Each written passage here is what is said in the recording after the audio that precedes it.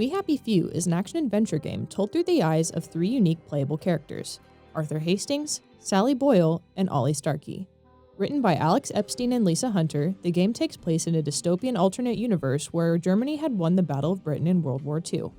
Britain eventually fights back, winning only by doing the mysterious and unspoken, very bad thing. The remaining citizens of Wellington Wells take government-mandated ecstasy pills titled Joy to keep them from remembering their war crimes. They also wear permanently smiling masks to enforce conformity. The game is told in 3 individual acts, 1 act per character. While the 3 main characters know each other, their adventures are completely separate from one another, with only a couple of moments where their paths cross. The brief interactions drastically differentiate depending on which character is experiencing the interaction, and often puts the narrating character in the better light. As each act progresses, the characters start to piece together their horrifying actions that Joy had been repressing. The 3 compelling stories portray a twisted society who failed its citizens, regardless of their backgrounds.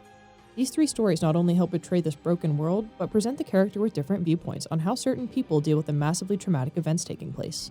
While each story remains primarily free of player choice, there is a decision at the very end of the 3 acts regarding Arthur's outcome. He can either choose to take his memory-erasing joy and live the rest of his life happily in Wellington Wells, or he can continue his journey into a new town and learn that the people outside of Wellington Wells are thriving with their natural emotions. Arthur is the only one presented with this decision because he is the only character who would possibly choose to go back to the way his life was before. Sally and Ollie are past the point of no return, with no other choice but to leave behind the life they once had. The best part of We Happy Few are the carefully handcrafted side quests. There are hours and hours of content in the wildly abundant encounters. The implementation of the side quests help flesh out the different districts in ways that the main story could not do alone. For example, if the character is in the Garden District, a district where everyone off their joy are shunned, they will encounter many strange side quests with ridiculous objectives to reflect their serotonin-depleted brains. Side quests in the Village District will be more frivolous and carefree, even when dealing with dark content such as grinding up human corpses for their infamous V-meat. The Parade District is so uptight and posh that it won't make time for things like silly little side quests. Therefore, the players will only carry out parts of the main story there. Furthermore, the side quests also help reveal more about major characters' personalities and mannerisms, as well as their memories from World War II. While We Happy Few is flawed in multiple technical aspects, there's no denying that the narrative features a storyline unlike any other. The stories are bleak and tense while remaining quirky and fun.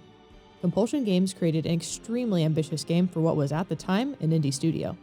Considering all the restraints, the game's story is not only impressive, it's incredible. While the main story is great, the small details and side quests really make We Happy Few feel truly immersive as the player claws their way out of Wellington Wells' grasp. Unfortunately, this game also comes as a cautionary tale to game developers. For a game with a fantastic story, the gameplay struggled to meet the same standards. The narrative and gameplay have to go hand in hand, and in this case, it just didn't happen. This game will forever sit in my mind as a thought-provoking narrative that aims to poke at societal issues that are ever so prevalent in our reality.